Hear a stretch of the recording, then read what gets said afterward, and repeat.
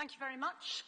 So I want to tell you a bit about why I think fundamental research is so important. As you've heard, I'm a member of the European Research Council's Scientific Council, and I'm also a professor at the University of Cambridge. And in both places, I am absolutely committed to the importance of fundamental research and its role in driving innovation. So if we look at some metrics to begin with, just to put things in context, the EU is the top producer of papers. It produces more papers than, for instance, the States.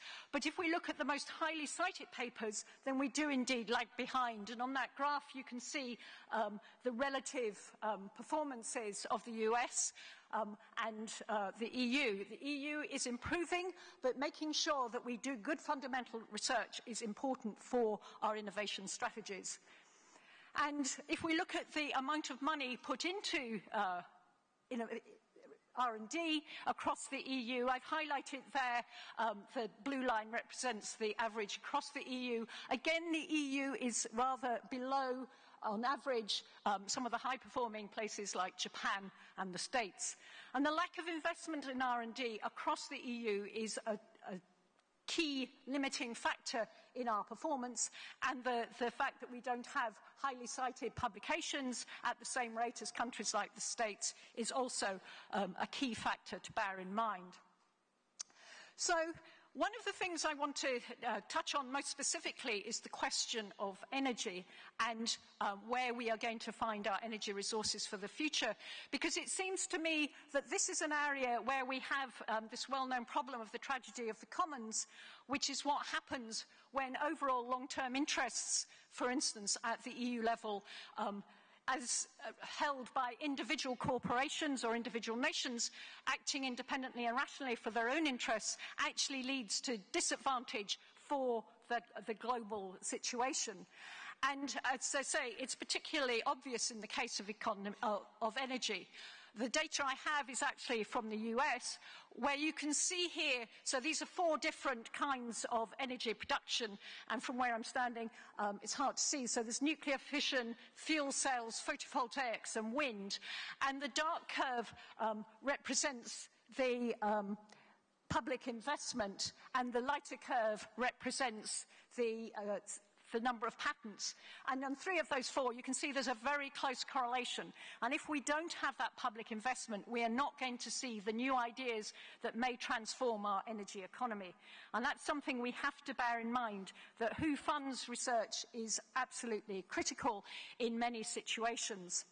So companies may not be able to see financial gains in the short term, and so it's risky for them, and perhaps our shareholders will be unable to sustain that risk to start up new areas. And yet, as a world, globally, we absolutely have to have this investment.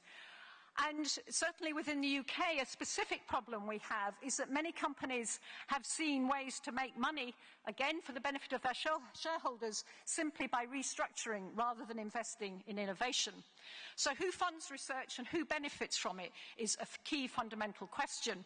And that's where the ERC's role in funding frontier research, the basis for which is purely excellence. It's not driven by end use, as it were. We use excellence as the only criterion, but that provides the platform on which subsequent innovation can occur. But innovation must be responsible, and I would imagine this is something that Ellen MacArthur will want to come back to. And I just want to highlight on this slide 2 of the issues. This is work that came out of previous work for the European Commission. Things can go wrong if innovation isn't responsible. The introduction of GMOs across Europe caused all kinds of problems, again, specifically in the UK, but elsewhere too.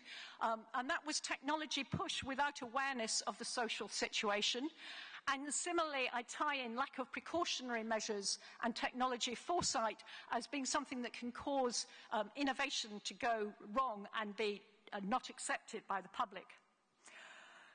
To come back to the role of the ERC, as I say, we fund research at the fundamental level, excellence being the only criterion, but clearly we recognise that translating those ideas into something that can be then used and for driving innovation itself is absolutely crucial.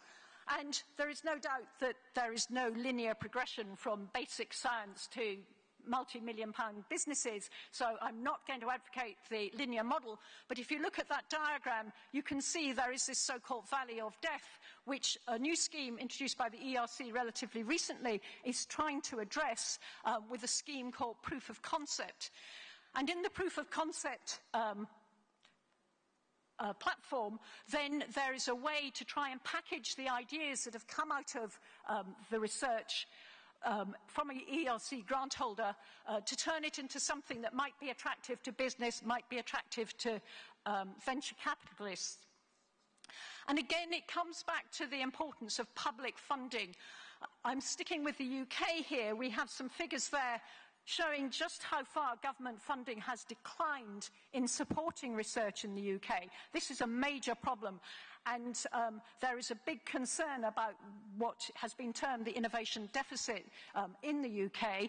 But if we look at the energy agenda for a whole range of different countries there, the UK is the blue curve at the bottom, but you can see that nearly every country, including most of those in Europe, have also seen a decline in public funding for energy research, which can only be bad news if we're going to try and solve the issues around energy production. So we have to be aware, and I throw this out to the CEOs to address, how do we get across the valley of death? Proof of concept grants are one way, but they're a small solution. I can't leave this without saying a bit about Cambridge, because Cambridge has something known as the Cambridge phenomenon associated with it, the Cambridge cluster. We have a huge number of researchers in the University of Cambridge, but we also have the knock-on effect of many companies which have either spun out from the university or been attracted to the region because of the intellectual capital in the region. So we have what I would say was a critical mass of expertise, and there's easy transfer both of people and knowledge between the university and the surrounding area and all the many companies that are there. And to come back to the ERC message, it's worth recognising that we hold 120 ERC grants, which is a significant proportion. We're one of the top 3 institutions holding ERC grants across Europe. And we can also see from these figures that we've successfully, and this I should make clear, this isn't down to ERC funding. These companies are older than that. But we have Arm and Autonomy, which came from the university, span out and turned into billion-pound businesses. But we should also see that we have very successful investment. The university itself puts money into some of the spin-outs, and 97% of the companies spun out from the university and supported by university money have survived through 5 years, which isn't a bad record, and that 1 in 5 of the Cambridge graduates go on to work in the region. So we have this clear critical mass in the area. We also currently hold 4 out of the, I think it's 170-odd proof of concept grants. So we're absolutely working with the ERC to take basic science and turn it into something suitable for innovation. And the trouble is that Cambridge is one place, and we need to see this strength in innovation replicated across the entire EU, including the newer member states. So where do we go from here? My last slide. Publicly funded research is a vital component. I absolutely believe that. If we're going to have a successful innovation landscape, publicly funded research is critical.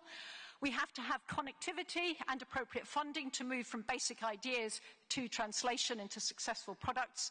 We need the basic underpinning science, or these ideas will never bubble up. And the ERC provides a lot of the funding for this.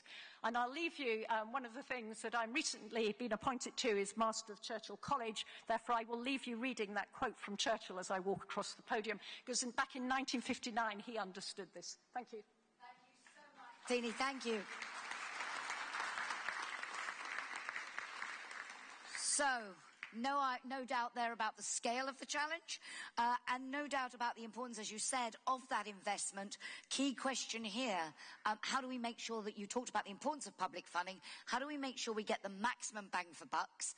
And how do we use that funding in a way that does indeed help to respond to the challenges we face, helps to shape that 21st century and indeed that 22nd, if we can gaze that far, that we all want.